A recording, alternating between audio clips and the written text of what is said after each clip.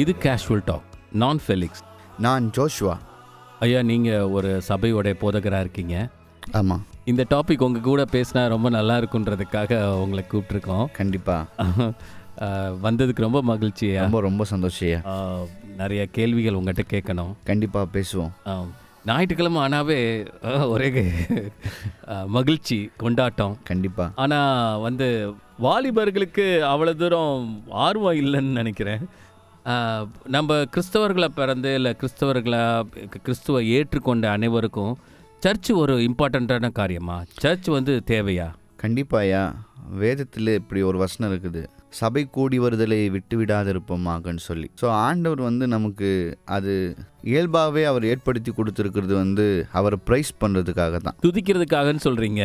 அதனால் நம்ம கம்பல்சரி நம்ம சபை கூடி வருதலை விட்டு விடாது இருக்கணும். சண்டே அப்படின்னு இல்லை, எல்லா டைம்லையும் நம்ம ஆண்டவரை தேடுறது நமக்கு நல்லதாக இருக்கும்னு நான் நினைக்கிறேன். சிலவங்க இதை ஒரு பாரம்பரியமாக பார்க்குறாங்க. அதாவது ஒர்க்கிங் டேஸ்லலாம் எப்படினாலும் ஜீவிச்சுட்டு சண்டே சர்ச்சுக்கு போனால் நம்ம பாவங்கள்லாம் மன்னிக்கப்படும், சரியாயிரும்னு நினைக்கிறாங்க. இந்த பார்வை எப்படியா? ஆமாம், இது ரொம்ப தவறான ஒரு பார்வை தான். சபை கூடி வர்றது ஒரு ட்ரெடிஷ்னல் செட்டப் இல்லை. கடவுள் நம்மக்கிட்ட எதிர்பார்க்கறது அவர் எப்படி நம்மளை மறக்கிறது இல்லையோ, நம்ம அவரை எப்பயும் மறக்கக்கூடாது. வசனமே அதான் சொல்லுது, கர்த்தரை துதிக்கும் துதி என் வாயில் இருக்கும் அப்படின்னு சொல்லி. அப்போ நம்ம இதை ட்ரெடிஷ்னலாக ஃபாலோ பண்ணாமல் எவ்ரிடே அதை நம்ம செய்யும்போது அது நமக்கு ரொம்ப ஆசீர்வாதமாக இருக்கும். நம்ம பிள்ளைகளுக்கு அதை கற்றுக் கொடுக்கும்போது அதுவும் ரொம்ப மீனிங்ஃபுல்லாக இருக்கும். ஸோ இது ஒரு ட்ரெடிஷ்னலாக பார்க்காம ஆர்டினரியாக ஆண்டவரை எப்போவுமே தேடுறவங்களாக நம்ம இருக்கணும்னு நான் நினைக்கிறேன். ஓ, சரி சரி சரி. இப்போ சண்டே மட்டும்தான் சர்ச்சுக்கு வரணுமா, இல்லை மிச்ச நாள் நம்ம சபைக்கெல்லாம் வரலாமா? சர்ச்சுக்கு இல்லைனா ஆலயத்துக்கு மிச்ச நேரம்லாம் வரலாமா, இல்லை சண்டே மட்டும்தான் வரணுமா? கண்டிப்பாக சண்டே மட்டும் சபைக்கு வரணும்னு எந்த ஒரு ரூலும் இல்லை. வசனம் சொல்லுது, ஓய்வு நாளை பரிசுத்தமாக ஆசரிக்க நினைப்பாயாகன்னு சொல்லி ஆண்டவர் மோசேக்கு கொடுத்த கற்பனைகளில் இதுவும் ஒன்று. ஆக்சுவலி நம்மளுடைய இந்திய சட்டத்தின்படி ஓய்வு நாள்னால் சண்டே தான். ஸோ அதனால் சண்டே அவங்க ஆண்டவரை துதிக்கிறதுக்கு சூஸ் பண்ணிக்கிறாங்க. ஆனால் கடவுள் நம்ம எல்லா டைம்லையுமே அவரை ஆராதிக்கணும். அவர் வசனமும் இப்படி தான் சொல்லுது, முழு இருதயத்தோடும் முழு பலத்தோடும் அவரை நம்ம தொழுது கொள்ளணும்னு சொல்லி. ஸோ கண்டிப்பாக நம்ம சண்டே மட்டும் இல்லை, எவ்ரிடே நம்ம ஆண்டவரை துதிக்கிறது நம்ம ஆவிக்குரிய வாழ்க்கைக்கும் குடும்பத்துக்கும் அது ஆசீர்வாதமாக இருக்கும்ன்றத நம்ம ஒத்துக்கணும். ஒருத்தட்ட ஏன் சபைக்கு போகலையான்னு கேட்டதுக்கு, நீங்களே தேவனுடைய ஆலயமாக இருக்கிறீர்கள் பிரதர், அப்புறம் என்ன நம்மளுக்குள்ளேயே ஆலயம் இருக்கும்போது நம்ம எதுக்கு சபைக்கு போகணுன்றாரு. ஆமாம், நிச்சயமாக இது தவறானது தான். வசனம் அப்படி தான் சொல்லுது, நீங்களே அந்த ஆலயம்னு சொல்லி. ஆனால் சபைக்கு நம்ம போகிறது not only for praising God, அங்கே ஒரு ஃபெலோஷிப் பாண்டேஜும் நம்ம அங்கே க்ரியேட் பண்ணுறோம். மற்றவங்களுக்குள்ள ஒரு வெளிப்படையான ஒரு தைரியத்தை சபை தான் கொடுக்குது, சர்ச்சு தான் கொடுக்குது.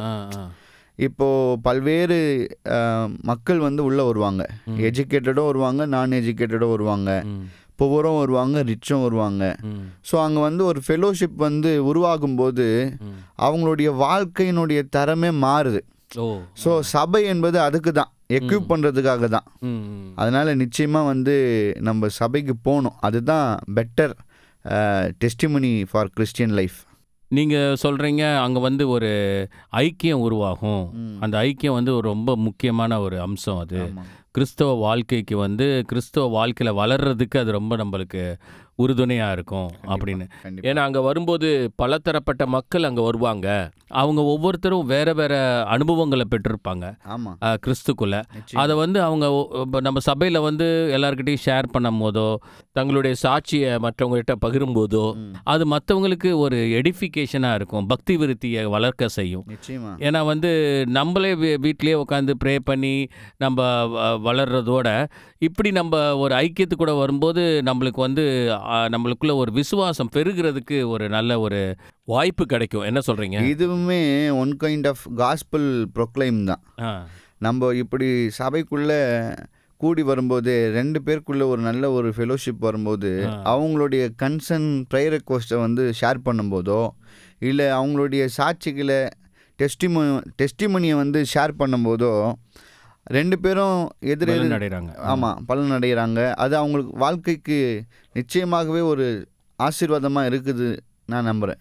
சிலர் வந்து சர்ச்சுக்கு வர்றதுன்னா பாஸ்டரை மட்டும்தான் பார்க்குறாங்க. அவர் ஒழுங்கா வந்துட்டா அவரை ஒழுங்கா இருக்க சொல்லுங்க, நான் அப்புறம் சபைக்கு வரேன்னு, இதெல்லாம் இப்படி ஒரு சாக்கெல்லாம் சொல்கிறாங்க. ஆமாம், நிச்சயமாக இது இப்போது ப்ரெசன்ட் ட்ரெண்டில் வந்து இதுதான் அதிகமாக வந்து ட்ரெண்ட் ஆகின்னு இருக்கு. ஆனால் நம்ம யாரும் பாஸ்டர் பார்க்கணுன்னு அவசியம் இல்லை. அதுக்காக பாஸ்டர் வந்து எல்லா விஷயத்தையும் அவங்களுக்கு ஏற்ற மாதிரி செய்யலாமான்றதும் தவறான காரியங்கள் தான்.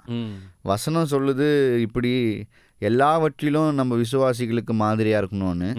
ஆனால் எனக்கு ஒரு விசுவாசி தெரியும் ஐயா, அவர் சொல்லுவார், பாஸ்டர் எப்படி இருந்தாலும் பரவாயில்ல, அவர் கொடுக்குற போதனையை நான் கேட்பேன், அது என் வாழ்க்கைக்கு உந்துதலாக இருக்கும்போது அதை நான் என்னுடைய வாழ்க்கையில் பிரயோஜனப்படுத்திப்பேன். ஒருவேளை அவர் வந்து சரியா இல்லைன்னா கூட நான் சபைக்கு வராமல் இருக்க மாட்டேன். நான் வந்து கிரைஸ்ட்டை பார்க்குறதுக்கு தான் வரேன். என்னுடைய பர்சனல் ப்ரேயரோ என்னுடைய டிவோஷனும் என் சபையில் வந்து எனக்கு ஆசீர்வாதமாக மாற்றி தரும்னு சொல்கிறாரு. நம்ம பாஸ்டரை பார்த்து எப்போவுமே சர்ச்சுக்கு போகக்கூடாது. நம்ம மெய்ப்பர் வந்து ஒரு வேளை நமக்கு சரியில்லைன்னு நம்ம தோணினாலும் கடவுள் நம்மளை நிச்சயமாக லீட் பண்ணுவார். அதுக்காக நம்ம வந்து சபைக்கு போகாமலாம் இருக்கக்கூடாது. நிச்சயமாக நம்ம சபைக்கு போகணும். அதுவும் இல்லாமல் கூடுமான அளவு பாஸ்டர்ஸும் தன்னுடைய வாழ்க்கையை பார்த்துக்கணும்ல. நிச்சயமா பாஸ்டர்ஸ்க்கு அந்த ஒரு கடமையும் இருக்குல்ல. எல்லாருக்கும் முன்னாடி ஒரு லீடராக இருக்கும்போது நம்ம ஒரு முன்மாதிரியான ஜீவிக்கணும். இதில் கூட நம்ம புதிய ஏற்பாட்டில் கூட பவுல் சொல்லும்போது சொல்லியிருக்காரு, கண்காணியானவன் எப்படி இருக்கணும். ஆமாம், நிச்சயமா வசனம் அதுதானே சொல்லுது, போதிக்கிற நானே ஆகாதவன் என்று தள்ளப்படலாமான்னு சொல்லி. அப்போ பாஸ்டர் ஷுட் எப்போவுமே மக்களுக்கு வந்து ஒரு சாட்சியாக இருக்கணும். எல்லாத்துலேயுமே அவங்களுடைய பேச்சிலையாக இருக்கலாம், நடக்கையிலையாக இருக்கலாம், அவங்களுடைய எவ்ரிடே ஆக்டிவிட்டீஸில் இருக்கலாம். நிச்சயமாக அவங்க வந்து சாட்சியாக இருக்கணும். அதுதான் கடவுள் எதிர்பார்க்கிறார். வசனம் வந்து ஒரு இடத்துல சொல்லுது, இந்த மாதிரி ஒரு ஸ்டேட்மெண்ட் வரும்போது நான் சொல்கிறேன், யாக்கோபில் வாசிக்கிறோம், உங்களில் அநேகர் அதிக ஆக்கினை அடைவோம் என்று போதகர்கள் ஆகாதிருப்பீர்களாக. அப்போ கடவுள் என்ன எதிர்பார்க்குறாருன்னு, நீ போதகர் ஆனால் டெஸ்டிமனியை வந்து காத்துக்கணும் அப்படின்னு ஆண்டவர் விரும்புகிறார். ஸோ நம்ம வந்து நிச்சயமாக வந்து நல்ல போதகராக இருக்கணும்னு ஆண்டவர் விரும்புகிறாரு. அதுதான் நம்மளுடைய லைஃப்லேயும் நம்ம வந்து வாழ்ந்து காட்டணும். அந்த வாஞ்சை இருந்தாவே போதும் போதகர்களுக்கு. சில நேரம் ஐயா, சிலவங்க போதகர் சபைக்கு வருவாங்க, போதகரை பார்க்காமையே ஓடிடுவாங்க. போதகரை பார்த்தா பயமாக இருக்குது, அவர் கண்டிப்பார் அப்படின்னு. போதகர் கண்டிச்சு அன்பாகவும் இருக்கணும், ஆனால் கண்டிப்பாகவும் இருக்கணும்ல ஐயா? ஆமாம், நிச்சயமாக கண்டிப்பாக இருக்கணும். எந்த மாதிரி விஷயத்தில் எப்படி இருக்கணும் ஐயா? ஐயா, போதகர் மேக்சிமம் தன்னுடைய விசுவாசிக்கிட்ட ஒரு மெய்ப்பர் மாதிரி. ஆமாம், அவங்க அந்த மெய்ப்பர் வந்து விசுவாசிக்கிட்ட எதிர்பார்க்குற ஒரு காரியம் என்னன்னா, ரெகுலர் அர்ப்பணிப்போடு ஆண்டவர் ஆராதிக்கிற ஒரு வாழ்க்கை இருக்கணும். அதை தான் அவர் வந்து அங்கே ப்ரீச் பண்ணுறாரு, ப்ராக்டிக்ஸும் பண்ணுறாரு. ஸோ நிச்சயமாக வந்து ஒரு விசுவாசி வந்து இதுக்கெல்லாம் பயப்படக்கூடாது. உலகத்தில் ஒரு பழமொழி இருக்குல்ல, குத்தம் உள்ள நெஞ்சு தான் குறுக்குமான்னு. நம்ம சபைக்கு கரெக்டாக போனால் பாஸ்டர் ஏன் நம்மளை வந்து திட்ட போகிறாரு, கண்டிக்க போகிறாரு? நம்மளுடைய லைஃப்பில் வந்து அது ரெகுலராக மாற்றிடணும், சாமியை தேடுறதில்ல. அதுதான் ஆண்டவர் நமக்கு கற்றுக் கொடுத்துருக்கிறார். அவர் எப்படி நம்மளை மறக்காமல் இருக்கிறாரோ நம்மளும் அவரை மறக்காமல் இருக்கணும். அதுதான் சபை விரும்புது, பாஸ்டரும் அதான் விரும்புகிறாரு. இதில் நம்ம கரெக்டாக இருந்தால் பாஸ்டர் நிச்சயமாக நம்ம கொஸ்டின் பண்ண மாட்டார். இல்லை, நம்ம வாழ்க்கை இப்படி இருக்கே, நம்ம இது மாதிரி பின்மாறி ஜீவிக்கிறோமே, அதனால நம்ம போய் பாஸ்டரை பார்க்கக்கூடாது அப்படி இல்லாமல் நினச்சி பின்மாறி அப்படின்னா இன்னும் பின்மாறி போய்கிட்டே தான் இருப்போம். ஆமாம், ஒரு மன திரும்புதலோ ஒரு பாஸ்டர்கிட்ட போய் இப்படி ஒரு பிரச்சனை இருக்கியா, எனக்கு நான் எப்படி மேற்கொள்றது அப்படின்னு ஆவிக்குரிய ஆலோசனை கேட்க பாஸ்டரை தவிர வேற யார்கிட்ட நம்ம போக முடியும்? மற்றவங்க நம்மளை தப்பா யோசிப்பாங்க, பாஸ்டர் அப்படி நம்மளை தப்பா யோசிக்க மாட்டார். என்னையா சொல்றீங்க? ஆமாம், கண்டிப்பாக யோசிக்கவே மாட்டாரு. சரியான ஒரு ஆலோசனையை மெய்ப்பராகிய போதகரை தவிர வேற யாராலையும் வந்து சொல்லவே முடியாது. உலக பிரகாரமாக போனால் அவங்களுடைய பெர்ஸ்பெக்டிவ்ல தான் அதை சொல்லுவாங்க. லவ் பண்ணுறது கரெக்டா தப்பா அப்படின்றத வந்து கரெக்டாக வந்து சொல்ல மாட்டாங்க. அதே மாதிரி போதை பழக்கத்தை பற்றியோ இல்லை ராங் ரிலேஷன்ஷிப்பை பற்றியோ இல்லை இந்த உலகத்தில் கடவுள் எதிர்க்கிற விரும்பாமல் இருக்கிற சில விஷயங்கள்லாம் வந்து ஊழியக்காரர்களால் தான் சரியாக வந்து சொல்லிக் கொடுக்க முடியும். ஸோ அதனால் நம்ம பாஸ்டர்கிட்ட தாராளமாக நம்மளுடைய கேள்விகளை கொடுக்கலாம், நம்ம மன அழுத்தங்களை ஷேர் பண்ணலாம். நிச்சயமாக அதை அவர் வேறு யாருக்கிட்டையும் ஷேர் பண்ண மாட்டார். சரியான ஆலோசனையும் எப்பயுமே கொடுப்பார். அதுதான் முக்கியம். இவங்களுக்கு பயம், நம்ம சொல்லிட்டோன்னா நம்மளை வந்து அவர் கீழே பார்ப்பாரோ இல்லை அவங்ககிட்ட சொல்லிடுவாரோ இந்த விசுவாசிட்ட நம்மளை பற்றி. ஆனால் எனக்கு தெரிஞ்சு எந்த பாஸ்டர்ஸும் அப்படி செய்கிற மாதிரி தெரியல. இவங்களுக்குள்ள அப்படி ஒரு பயத்தை பிசாசு உருவாக்கி பாஸ்டர் கிட்ட ஒரு ரிலேஷன்ஷிப் இல்லாதபடியே அவங்க நடத்துக்கிறாங்க. ஆமாம், இது ஒரு கலகத்தின் ஆவி, அப்படிதான் அப்படி பண்ணோம். அதனால வந்து நான் இதை கேட்குறவங்க எல்லார்ட்டையும் சொல்கிறேன், தைரியமாக வந்து பாஸ்டரை பார்க்கலாம். பாஸ்டர் வந்து அங்கி போட்டிருக்கனால பயப்பட வேண்டியதெல்லாம் இல்லை. அவர் எப்பயும் ஓப்பனாக இருக்காரு. இங்கே சர்ச்சில் பார்க்கலன்னா கூட அடுத்த நாள் தனியாக வந்து கூட பாஸ்டரை பார்த்து பேசலாம். ஏன்னா எல்லாரும் ஆவிக்குரிய ஜீவியத்தில் வளரணுன்றது தான் பாஸ்டருடைய நோக்கம், ஆண்டவருடைய நோக்கம். அதுக்கு தான் இந்த சபையெல்லாம் உருவாக்கியிருக்காரு. நிச்சயமா நீங்கள் இப்படி ஷேர் பண்ணும்போது எனக்கு ஒரு விஷயம் ஞாபகம் வருது. ஒரு நாள் நான் சர்வீஸை முடிச்சுட்டு ப்ரேயர் பண்ணுவேன். எப்போவுமே விசுவாசிகள் வந்து என்கிட்ட ப்ரேயர் பண்ணிப்பாங்க. அப்போ ஆல்டராண்ட ஒரு பிரதர் வந்து ப்ரேயர் பண்ணுறதுக்கு வந்தார். வந்தோன்னே நான் அவருக்கு ப்ரேயர் பண்ணி அனுப்பிட்டேன். ஆனால் எனக்கு ஆவியானவர் அவரை கூப்பிட்டு பர்சனலாக பேசணும் அப்படின்னு உணர்த்தினார். அப்போது ஜெபம் பண்ணிட்டேன், அவர் போயிட்டாரு.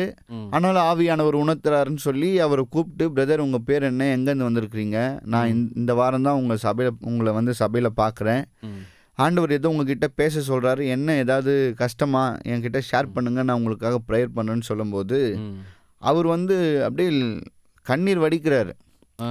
அப்போ நான் கேட்குறேன், எது கழுவுறீங்க, என்ன விஷயம் அப்படின்னு சொல்லும்போது, பாஸ்டர் நான் வந்து ஐடியில் ஒர்க் பண்ணுறேன், என்னுடைய சேலரி வந்து லேக்ஸ் கணக்கில் இருக்குது. இப்போது நான் அந்த பணங்களெல்லாம் ட்ரேட் மார்க்கெட்டிங்கில் போட்டு 53 லட்சம் வந்து நான் லாஸ் ஆகிட்டேன். இன்னும் 2-3 நாளில் நான் அதை வந்து கட்டலைன்னா அவங்க என்னை வந்து ரொம்ப துன்பப்படுத்துவேன்னு சொல்லி ஒரு மாதிரி என்னை கஷ்டப்படுத்தினாங்க. எனக்கு வேறு வழி இல்லை, எனக்கு இப்போ தான் பிறந்த கை குழந்தை இருக்குது, இந்த பணத்தை எப்படி என்னால் செட்டில் பண்ண முடியும்னு தெரியல, அதனால் என்னால் இதை மேற்கொள்ள முடியாதுன்னு சொல்லிவிட்டு நான் சாக போனேன். போகும்போது இந்த சபையில் ஒர்ஷிப் நடந்துருந்தது. ஸோ போக தான் போகிறோமே, கடைசியாக இங்கே போயிட்டு போகலான்னு உள்ளே வந்தேன், நீங்கள் என்னை கூப்பிட்டுட்டீங்க அப்படின்னு சொல்லி. அப்போ நான் அவருக்கு ப்ரேயர் பண்ணேன். பாருங்கள், பெரிய மிராக்கிள். நெக்ஸ்ட் வீக் அவர் வந்து சொன்னார், பாஸ்டர் எனக்கு கடனெல்லாம் அடைக்கிறதுக்கு கர்த்தர் பலன் கொடுத்தார், இப்போ நான் என் ஃபேமிலியோடய சந்தோஷமாக இருக்கிறேன்னு சொன்னார். இப்போ சபைக்கும் போயின்னு இருக்கார். நம்ம சபைக்கு வரல, ஆனால் அவர் வந்து சபைக்கு போகிறார். ஆண்டவர் வந்து சந்திக்கிறதுக்கு அது ஒரு நல்ல ஒரு இடமா இருக்கு பாருங்களேன். ஆமாம் ஆமாம், பல கேள்விகளுக்கு அங்கே நம்மளுக்கு பதில் கிடைக்குது. நிச்சயமா ஐயா, நிச்சயம். என்ன சொல்கிறீங்க? நம்ம வந்து பேசுறது பாஸ்டர்னு பார்க்கக்கூடாது, ஆவியானவர் பேசுகிறாரு நம்ம கூட அப்படின்னு நம்ம பார்க்கணும். என்ன ஐயா சொல்கிறீங்க? ஐயா, உண்மையிலேயே பலமுறை நான் வந்து உணர்ந்திருக்கிறேன். பலமுறை நான் உணர்ந்திருக்கிறேன். இது மாதிரி நீங்கள் சொல்லும் போது இன்னொரு டெஸ்டிமோனி எனக்கு ஞாபகம் வருது. ஈவினிங் சர்வீஸில் ஒரு பாட்டி ஒருத்தவங்க வருவாங்க. அந்த பாட்டி வந்து எங்கேருந்து வராங்கன்னு நமக்கு தெரியாது. நான் அவங்ககிட்ட பேசுவேன், ஏதாவது அவங்களுக்கு ஹெல்ப் பண்ணுவேன். ஒரு நாள் அவங்க வந்து என்கிட்ட சர்வீஸ் முடிஞ்ச உடனே, நான் செத்து போயிட்டா நீங்கள் என்னை எடுத்து போட்டுருங்கன்னாங்க. எனக்கு ரொம்ப ஷாக் ஆகிடுச்சு. நான் எப்போவுமே வழக்கமாக சொல்லுவேன், என்ன பாட்டிமா நீங்கள் இப்படிலாம் சொல்கிறீங்க, நீங்கள் இன்னும் ரொம்ப நாள் இருக்கணும், என் பிள்ளையெல்லாம் நீங்கள் தான் வந்து வளர்க்கணும் அப்படி சொல்லி அவங்கள வந்து ஆறுதல் படுத்தி அனுப்பிட்டேன். அடுத்த வாரம் அவங்க காணோம். அடுத்த 3 நாள் கழித்து அவங்க பொண்ணு ஃபோன் பண்ணி சொல்கிறாங்க, பாஸ்டர் இது மாதிரி அம்மா வந்து ட்ரெயின்லேருந்து குதிச்சிட்டாங்க. அதுக்கப்புறம் நான் அவங்கள போய் பார்த்து அவங்களுக்கு ஜெபம் பண்ணேன், அவங்களுக்கு அடக்க ஆராதனையும் பண்ணோம். ஸோ சபையில் வந்து நம்ம நிச்சயமாக வந்து ஆவியானவர் நம்மளை லீட் பண்ணுவார். நான் அப்போது அவங்கக்கிட்ட நான் சொன்னேன், எந்த பிரச்சனையாக இருந்தாலும் சாமிக்கிட்ட சொல்லுங்கள், சாமி வந்து உங்களுக்கு ஒரு உதவி செய்வார், தப்பு வைப்பார் அப்படி சொல்லி. வசனம் அதான் சொல்லுது, நெருக்கத்திலே என்னை நோக்கி கூப்பிட்டாய் நான் உன்னை தப்பு வைத்தேன்னு சொல்லி. ஸோ இதெல்லாம் ஆவியானவர் தான் நமக்கு வந்து கற்றுக் கொடுக்குறாரு, அவர் தான் நம்ம கூட பேசுகிறாரு. ஐயா, இப்போ வந்து நிறைய ஆன்லைன் சர்ச்சு அந்த மாதிரிலாம் இப்போ ஒரு வந்திருக்கு. நிறைய பேர் வசனங்களை அதுலேயே நாங்கள் கேட்டு தெரிஞ்சுக்கிறோம் அப்படிலாம் சொல்கிறாங்க. ஆனால் அது வந்து அவ்வளோ தூரம் உதவியாக இருக்குமா ஐயா? ஐயா, அது நிச்சயமாக வந்து ஆசீர்வாதமாகவே இருக்காது. இது வந்து ஆன்லைன் சர்வீஸ் வந்து ஆண்டவரை அறியாதவங்களுக்கு நற்செய்திக்காக நம்ம யூஸ் பண்ணுற ஒரு எக்யூப்மெண்ட்டு. இதை வந்து கிறிஸ்தவர்கள் வந்து தன்னுடைய லைஃபோடைய சுயலாபத்துக்காக சுகபோகமான வாழ்க்கைக்காக பயன்படுத்திக்க கூடாது. அப்போ நான் வீட்டிலேருந்தே வேலை செய்கிறேன், சுத்தியத்தை அடிக்கிறேன் எனக்கு சம்பளம் கொடுப்பீங்களா கேட்குற மாதிரி இருக்குது. சபைக்கு போகணும், அதுதான் ஆசீர்வாதம். வீட்டில் உட்காந்துட்டு ஆன்லைன் வந்து பார்க்குறது வந்து சந்தோஷம்தான். அது வந்து விசுவாசத்தை பெருக்கிறதுக்காக தான், விசுவாசத்தை குறைக்கிறதுக்காக கிடையாது. நம்ம விசுவாசத்தை பெருக்கணும்னா சபைக்கும் போகணும், சத்தியத்தையும் கேட்கணும். அதனால நான் ஆன்லைன்லயே பார்த்துக்கிட்டு கிறிஸ்துவ வாழ்க்கையை வாழ்றேன் அப்படின்னா அது நல்ல சாட்சியா இருக்காது, சாத்தியமும் இல்லை அது. ஆமா நிச்சயமா.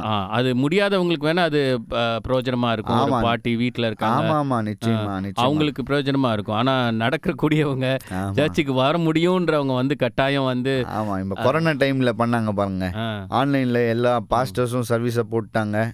அங்க சமைச்சுட்டே வந்து இங்க சர்வீஸ் கேட்பாங்க. சில பாஸ்டர்ஸ்லாம் நான் கூட ஜூம் காலில் வந்து சர்வீஸ் நடத்தினேன். அந்த மாதிரி டைம்லலாம் அப்போ தான் குழந்தைக்கு வந்து சாப்பாடு ஊட்டுவாங்க. அப்போ தான் ஐயா ஏஞ்சி பின்னாடி பல்லு விளக்கின்னு வருவார். இது மாதிரி நிறைய விஷயங்கள் பார்த்துருக்குறோம். இதெல்லாம் வந்து அந்த ஒரு ரெவரன்ஸ் இருக்காது, என்ன சொல்கிறீங்க? ஆமாம், ப்ரெசன்ஸாக இருக்காது. இது வந்து நீங்கள் சொல்கிற மாதிரி முடியாதவங்க, சபைக்கு வர முடியாதவங்க, அவங்களுக்கு இது ரொம்ப பிரயோஜனமாக இருக்கும். ஆனால் நம்ம சபைக்கு போய் துதிக்கும் போது கிடைக்கிற ப்ரெசன்ஸ் வந்து ஆன்லைனில் கிடைக்குமான்றது கேள்விக்குறி தான். ஐயா, இப்போ பிரசங்கம் கேட்கறதுக்கு மட்டும் சபைக்கு வர்றது இல்லைல்ல. சிலவங்க பார்த்தீங்கன்னு வச்சுக்கோங்களேன், கரெக்டாக பிரசங்க டைம் உள்ளே வருவாங்க, முடிச்ச உடனே போயிடுவாங்க. அவங்களுக்கு என்ன அது பிரயோஜனமாக இருக்குமோனே தெரியல. ஏன் அந்த சபையில் இந்த ஒழுங்கெல்லாம் வச்சாங்க?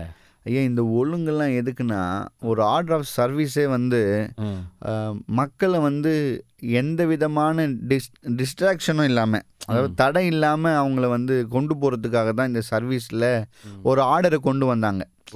அப்படியே மணிக்கணக்கில் துதிச்சிருந்த நாட்கள்லாம் உண்டு. அந்த பவுலோடைய காலத்தில் பார்த்தீங்கன்னா வீடுகளில், மரங்களுக்கு கீழே, போட்டில், பேதுரோடைய நாட்கள் இங்கெல்லாம் பார்த்தீங்கன்னா அப்படி தான் பண்ணாங்க.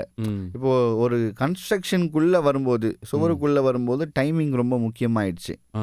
ஸோ அதனால் மக்களுடைய மனநிலையுமே இப்போ வந்து அந்த அளவுக்கு மாறினதால சர்வீஸை வந்து நம்ம கட் ஷார்ட் பண்ணுறோம், அவங்களுடைய சுகபோகத்துக்காக, சுயநலத்துக்காக தான். அதில் நம்ம வந்து கண்டிப்பாக ப்ரைஸிங்கும் சர்மனுக்கும் அதிக டைம் கொடுத்துட்டு இந்த டைம்குள்ளே நாங்கள் முடிக்கிறோன்னு சொல்லும்போது தான் அவங்க சபைக்கு வரணுன்ற ஒரு விருப்பமே காட்டுறாங்க. இல்லைன்னா அவங்க வந்து போப்பா அந்த பாஸ்டர் ரொம்ப நேரம் பேசுகிறாரு, நான் சபைக்கு வரல, நான் அந்த சபைக்கு ஒரு சபைக்கு போகிறேன்னு போயிடுவாங்க. அங்கே போனீங்கன்னா அங்கே ஜாலியாக இருக்கும், ஒரே டான்ஸாக இருக்கும், ஒரே விசிலாக இருக்கும், ஒரே பாட்டாக இருக்கும். அது அவங்க விசுவாசத்துக்கு சில டைமில் ஏற்றதாக இருக்கும், நம்ம சபை ஏற்றதாக இருக்காது. அதனால சபையில் இந்த ஆர்டர் ஆஃப் சர்வீஸை வந்து இப்படி மாற்றிக்கிட்டாங்க, கொண்டு வந்தாங்க. அதனால வந்து எல்லாமே ரொம்ப முக்கியம், என்ன சொல்கிறீங்க? ஆமாம். ஸோ சபையில் பாதியில் வந்து ஆசீர்வாதத்தை பெற்றுக்கொள்ளணும்னு நினைக்கிறது வந்து முடியாத காரியம். அது மிகப்பெரிய தவறான ஒரு செயல். ஃபஸ்ட்டு ஜபத்திலேருந்து இருக்கும்போது தான் வந்து முழுமையான ஆசீர்வாதம் நம்மளுக்கு கிடைக்கும். என்னையா சொல்கிறீங்க? பரிசுத்த ஆவியானவரும் நமக்குள்ள முழுமையாக கிரியை செய்வார். இல்லை, அதுதானே கீழ்ப்படிதல். நம்ம சாமிக்கு வந்து நம்ம உலகத்துக்கு ஒரு ட்ரெயின் பிடிக்க போகிறோம், அந்த ட்ரெயின் பிடிக்க போகிற நேரத்துக்கு வந்து 10 நிமிஷத்துக்கு முன்னாடி உள்ளே போயிடணுன்றதை வந்து நம்ம மைண்ட் சொல்லுது. ஏர்போர்ட்டுக்கு போகும்போது 3 மணி நேரத்துக்கு முன்னாடி போகணுன்னு நம்ம மைண்ட் சொல்லுது.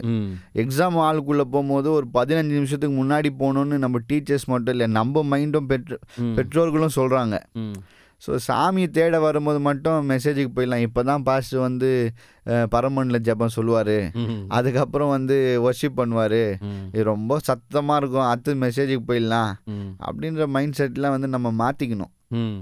ஆண்டவர் சமூகத்தில் வந்து காத்திருந்துட்டு அப்புறம் சர்வீஸில் போகும்போது அது ரொம்ப ஒரு பிளெஸிங்காக இருக்கும்னு நான் நினைக்கிறேன். ஆமாயா, ஆண்டவர் நம்ம கூட பேசுறது கேட்கறதுக்கு நம்ம ஆத்மா தயாராக இருக்கும், நம்ம உள்ள ரெடி ஆகிட்டு இருக்கோம். ஆமாம், நிச்சயமா. நம்ம ஆண்டவரை துதிக்கும் போது நம்ம உள்ளம் அவருடைய வார்த்தைகளை கேட்கறதுக்கு தயாராகும். ஆண்டவரை தியானித்து இருக்கும் போது ஆண்டவர் சொல்ற வசனம் அப்படியே அவங்க மனசுல பதியும். ஆமாம், ஒரு வசனம் ஞாபகம் இருக்குது. மான்கள் நீரோடை வாஞ்சித்து கதறுவது போல என் ஆத்துமா உம்மை நோக்கி கதறுகிறதுன்னு சொல்லி. அப்போ ஏர்லியாக வந்து சபையில் காத்திருக்கும் போது சர்வீஸ் டைம்ல நிச்சயமா ஆரம்பத்துலேருந்து முடி வரைக்கும் இருக்கும்போது நம்ம என்ன கேள்வியோடு வந்தோமோ அந்த கேள்விக்கு நிச்சயம் பதில் கிடைக்கும்.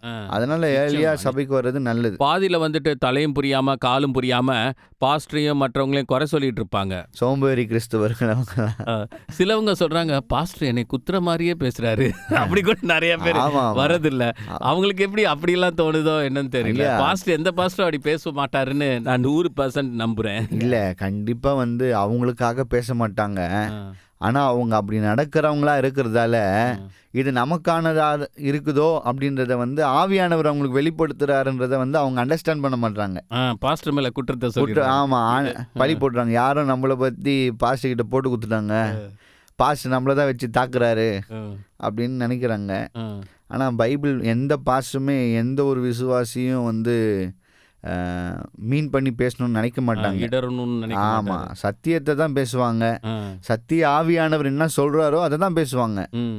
எந்த மனுஷனும் திருப்திப்படுத்துவதற்கு சத்தியம் வந்து அவ்வளவு சுலபமானதல்ல. அதுதான்.